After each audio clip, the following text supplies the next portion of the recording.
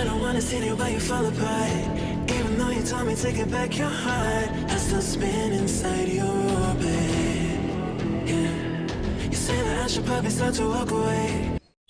Hello good morning guys, कैसे हैं आप लोग। आशा करते हैं कि आप लोग ठीक होंगे, स्वस्थ होंगे और मस्त होंगे। तो आज नए ब्लॉग में शुरुआत है, न्यू ब्लॉग आज शुरुआत है। तो आज न्यू ब्लॉग स्टार्टिंग मेरी राधा कृष्ण मंदिर से है, जो कि आज आपको सत्यनारायण की कथा भी इसमें दिखाई जाएगी। मेरे घर में सत्यनारायण की कथा होगी आज, तो मैं आपको सत्यनारायण की कथा भी दिखाऊंगा। तो अभी तो मैं सुबह सुबह मंदिर आया हूँ पूजा करने के लिए। मंदिर दिखाता हूँ कितना अच्छा है हमारा। ये हमारे प्रभुपाद जी हैं, प्रभुपाद महाराज। यह मंदिर सेक्टर 37 में स्थित है, यह फरीदाबाद में स्थित है। यह कितना अच्छा है, आप भी कभी दर्शन करने जरूर आओ यहाँ पे। प्राप्त बातम फलम तत्व सर्वम सुरते चाहम कथे तो महामुनि। एक समय की बात है, श्री सुखदेव जी महाराज कहते हैं, 9वें साढ़े क्षेत्र में गंगा किनारे 88,000 ऋषि मुनि तपस्या कर रहे थे। उसी समय व्यास जी के शिष्य श्री सुखदेव जी महाराज वहां पर विराजमान थे। जब श्री सुखदेव जी महाराज आए तो 88,000 ऋषि मुनि श्री सुखदेव जी को वहां प्रणाम किया, आसन दिया। आसन पर जब विराजमान हुए श्री सुखदेव जी महाराज, तो 88,000 ऋषि मुनि श्री सुखदेव जी से पूछने लगे, हे महाराज, आप ऋषियों में सबसे बड़े हो, ये बताइए कलयुग में कौन सा ऐसा व्रत है, कौन सी ऐसी पूजा है जिसके करने से नाना प्रकार की सुख शांति मिलती है। श्री सुखदेव जी महाराज कहने लगे, सत्यनारायण भगवान की पूजा और सत्यनारायण भगवान की कथा जो कलयुग में सुनेगा करेगा, उसके सब पाप नष्ट हो, सब कष्ट दूर हो जाएगा। इस व्रत को नारद भगवान ने विष्णु भगवान से पूछा था, विष्णु भगवान ने नारद जी को बताया था। वही विधान आप लोगों के समझ कहता हूँ। एक नारदो योगी प्राण ज्ञा कांच्या पर्यटन विधान लोकान मृतलों की हिमपाकता। एक बार नारद भगवान समस्त लोकों में घूमते घूमते जा करके मृतलोक में पहुंच गए।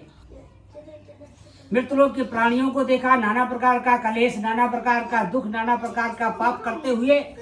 तो नारद भगवान से देखा ना गया। नारद भगवान सोचने लगे, इन कलयुग के मनुष्यों का कल्याण कैसे हो, इनका पाप कैसे नष्ट हो। नारद भगवान थोड़ी देर तक अपने मन में विचार किया। थोड़ी देर के बाद नारद भगवान हर गुण गाते हुए, बीड़ा बजाते हुए चल पड़े। जा करके पहुंच गए क्षीर सागर में। क्षीर माने दूध। दूध के समुद्र में जब पहुंचे नारद भगवान, तो वहां नारद भगवान क्या देख रहे हैं कि विष्णु भगवान सोने के सिंहासन पर बैठे हैं। विष्णु भगवान की 4 हाथ है, एक हाथ में शंख है, एक हाथ में चक्र है, एक हाथ में गदा है, एक हाथ में पद्म है।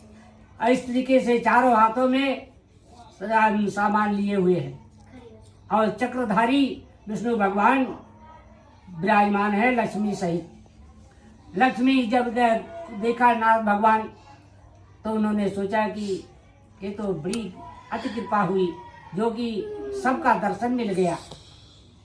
नारद भगवान, विष्णु भगवान जब आवाज दिया, तो विष्णु भगवान सोचने लगे, कौन सा भक्त है मुझे प्रणाम किया। सामने देखा तो नारद जी खड़े हैं। नारद जी को देख करके विष्णु भगवान कहने लगे, आइए आइए नारद जी, इस समय कहाँ से आना हुआ। नारद भगवान कहने लगे, प्रभु, इस समय तो मैं मृतलोक से आ रहा हूँ। मृतलोक के प्राणी बहुत दुखी हैं, नाना प्रकार का कलेश, नाना प्रकार का दुख, नाना प्रकार का पाप हो रहा है। प्रभु, मुझसे देखा ना गया, मैं आपके पास आया हूँ। उन कलयुग के मनुष्यों के कल्याण के लिए कोई उपाय हो तो बता दीजिए। विष्णु भगवान कहने लगे, हे नारद जी, आप तो बड़े परोपकारी हैं। मैं आपको एक छोटा सा उपाय बताता हूँ, जो कलयुग में जो मनुष्य करेगा उसके सब कष्ट दूर हो जाए, सब पाप नष्ट हो जाए। सत्यनारायण भगवान की पूजा और सत्यनारायण भगवान की कथा जो सुनेगा, आप कृपा करके घर घर में जा करके आप पूजा कराइए, कथा सुनाइए, जिससे कि सबका कल्याण हो। नारद भगवान कहने लगे, प्रभु, इसमें सामान क्या क्या लगता है। विष्णु भगवान कहने लगे, हे नारद जी, इसमें केले का फल, घी, दूध, गेहूं का आटा भून करके प्रसाद बनाए। जब कथा हो जाए, हवन हो जाए, आरती हो जाए, तो भगवान का भोग लगा करके सबको प्रसाद दें और भगवान का कीर्तन करते हुए फिर अपने अपने घर को जाए। इस प्रकार से जो करेगा उसके सब कष्ट दूर हो जाएगा। नाथ भगवान कहने लगे प्रभु इस व्रत को किसने किया था पहले? विष्णु भगवान कहने लगे हे नारद जी, काशीपुरी नगरी में एक निर्धन ब्राह्मण रहा करता था, सतानंद नाम का। बहुत गरीब था, दिन भर भिक्षा मांगता था, भिक्षा मांग करके ले आता था, उसी से अपना पेट पालन करता था, परिवार का पालन करता था। एक दिन वह ब्राह्मण भिक्षा मांगने के लिए जा रहा था तो विष्णु भगवान ने एक ब्राह्मण का रूप धारण करके रास्ते में मिल गए और पूछने लगे ब्राह्मण देवता कहाँ जा रहे हो? वह गरीब ब्राह्मण कहने लगा मैं तो बहुत गरीब ब्राह्मण ये दारिद्रोहं भिक्षार्थो भ्रमे मयि उपाय जनाश कृपया कथय प्रभु। मैं तो बहुत गरीब ब्राह्मण हूँ, भिक्षा मांगने के लिए जा रहा हूँ, नित्य हमारा यही काम है, दिन भर भिक्षा मांगता हूँ, जो कुछ मिलता है उसी से अपना पेट पालन करता हूँ, परिवार का पालन करता हूँ। यदि कोई उपाय जानते हो तो हमारे लिए बता दीजिए। विष्णु भगवान कहने लगे तुम सत्यनारायण भगवान की पूजा करो, सत्यनारायण भगवान की कथा सुनो, इसी से तुम्हारा कल्याण हो जाएगा। विधि विधान बता करके विष्णु भगवान तो अंतर ध्यान हो गए ब्राह्मण रूपधारी। वह सोचने लगा मेरे पास तो कोई सामान नहीं, मैं कैसे भगवान की पूजा करूं, एक फूल तक नहीं कि मैं भगवान चढ़ा दूं। दिन भर यही सोचता रह गया, शाम हो गई, रात हो गई, उस दिन भिक्षा भी मांगने नहीं गया।